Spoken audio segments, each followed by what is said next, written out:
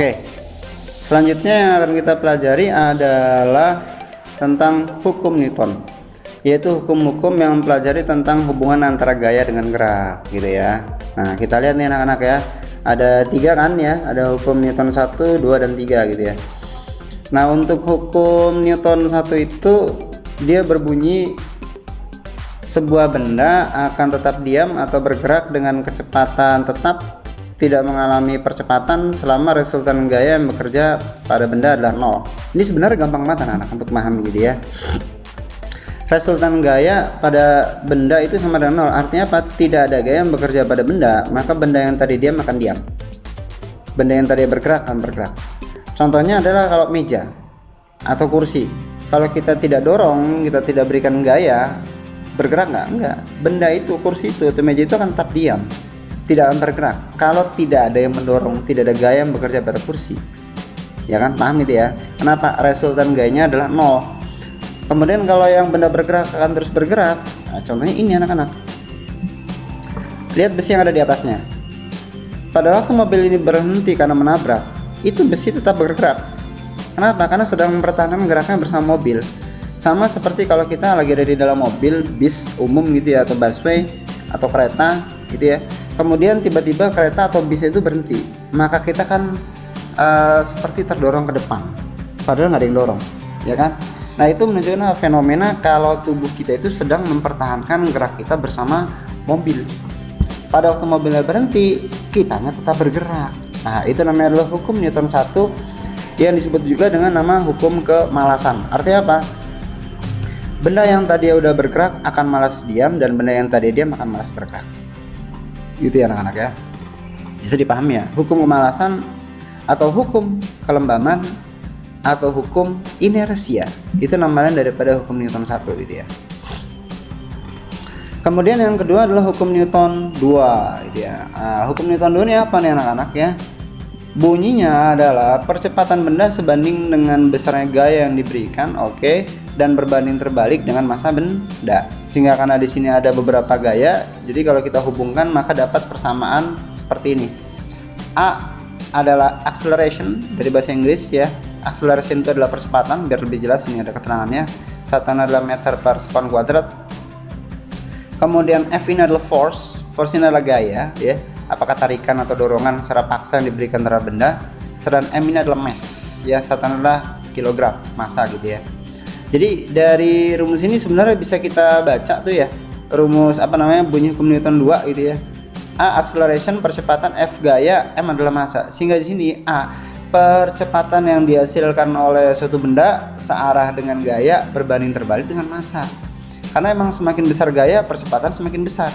Sama kayak misalnya yang paling gampang gitu ya, kita memukul badminton gitu ya, antara memukul pelan maka nanti kecepatan lambat. Tapi kalau kita memukulnya smash kenceng, maka percepatan dari bola koknya juga akan semakin tinggi gitu ya. Kemudian kalau massa ini berbanding terbalik dengan percepatan, ya kan? Kenapa? Kalau misalnya bendanya itu semakin berat, ya otomatis semakin berat juga kita narik, yang lambat akhirnya, ya kan? Sama kayak misalnya kita dorong kursi yang ringan, enak dorongnya. Tapi kalau disuruh dorong lemari besi yang lebih berat, tentu akan semakin lambat jalannya. Gitu ya. Contoh soal. Oke, dibaca ya bareng-bareng ya, dipahami. Ada seorang anak mendorong lemari masanya 125 kg dengan gaya 500 Newton. Berapa percepatan lemari tersebut? Kita baca di sana, kita bedah soalnya itu ada beberapa besaran. Ada massa lemari 125 kg lalu didorong dengan gaya 500 Newton gitu ya. Berapa percepatan yang dihasilkan? Jawabannya kita pakai rumus hukum Newton 2 bahwa A sama dengan F bagi M, ya kan? F-nya berapa? 500. M-nya berapa? 125. 500 dibagi 125 berapa? 4 meter persekusi. Gampang ya anak-anak ya. Nanti kalau ditanya F atau ditanya M, maka nanti kalian pakai yang segitiga rumus gitu ya, dibolak-balik. Kalau ditanya F berarti nanti jadi M kali A, kalau ditanya M berarti nanti F dibagi A gitu ya. Kemudian hukum Newton 3 ini kalau hukum Newton 1 itu terjadi pada satu benda, kalau hukum Newton 3 ini terjadi pada dua benda. Jadi gini. Jadi kalau ada benda A, ada benda B ya. benda A memberikan gaya pada benda B, namanya adalah aksi. Benda B memberikan gaya pada benda A, namanya adalah reaksi. Ya, yang besarnya sama tapi arah yang berlawanan.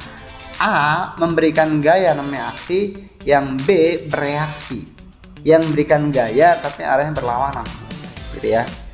Contohnya apa nih yang paling gampang? Nah, roket. Oke.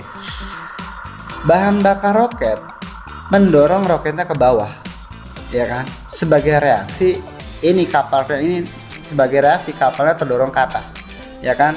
Ini aksi, ini reaksi, arahnya berlawanan, ya. Atau misalnya kamu jalan, kalau kita jalan itu sebenarnya kita sedang mendorong lantai ke belakang. Sebagai reaksinya kita terdorong ke depan. Kita berenang, ya kan, kita dorong air ke belakang. Sebagai reaksinya kita terdorong ke depan, ya. Terus ada orang misalnya ini nendang batu, ya kan, dua orang nendang batu, itu namanya adalah aksi. Sebagai reaksinya batu memberikan gaya yang besarnya sama ke arah kaki orang yang nendang, akhirnya sakit, ya. Jadi itu yang namanya hukum Newton 3, ada aksi ada reaksi, ya, yang nilainya itu sama tapi arahnya berlawanan. Nah, ketiga hukum gerak ini pertama dirangkum oleh Isaac Newton dalam karya Philosophia Naturalis Principia Mathematica, pertama kali diterbitkan pada tahun 5 Juli 1687. Ada yang udah lahir? Gak ada, ya. Newton menggunakan karyanya untuk menjelaskan dan meneliti gerak dari bermacam-macam benda fisik maupun sistem, ya, seperti sistem putar surya dan seterusnya, gitu ya. Banyak ini. Sehingga kalau Bapak simpulkan itu, pada hukum Newton 1, setiap benda akan memiliki kecepatan yang konstan atau diam atau bergerak kalau nggak ada gaya yang bekerja pada benda tersebut, ya. Jadi syaratnya satu, yaitu resultan gaya sama dengan 0 atau tidak ada gaya yang bekerja pada benda. Kemudian hukum Newton 2, percepatan searah dengan gaya tapi berbanding terbalik dengan massa. Ini juga bisa dianalogikan di pikiran kalian, gitu ya. Semakin besar gaya, percepatan semakin besar, gitu ya. Motor semakin besar cc-nya semakin kencang, gitu ya. Jadi antara yang 125 dengan yang 500 cc atau dengan yang 150 cc beda kecepatannya, ya. Kemudian yang ketiga, hukum 3 Newton itu disebut dengan hukum aksi dan reaksi, ya. Ada aksi, ada reaksi. Baiklah anak-anak, ya itu saja yang bisa Bapak sampaikan untuk pertemuan hari ini. Terima kasih sudah menonton video pembelajaran Bapak. Mohon maaf kalau ada banyak kekurangan, ya. Bapak juga sedang belajar untuk memperbaiki kualitas mengajar Bapak di virtual. Mudah-mudahan saja ya bisa memberikan pemahaman kepada kalian. Kalau misalnya kalian masih ada yang belum paham tentang satu konsep, silakan kalian tuliskan di kolom komen. Maka nanti di video selanjutnya Bapak akan jawab. Baiklah anak-anak, terima kasih atas perhatiannya. Bapak akhiri. Assalamualaikum warahmatullahi wabarakatuh.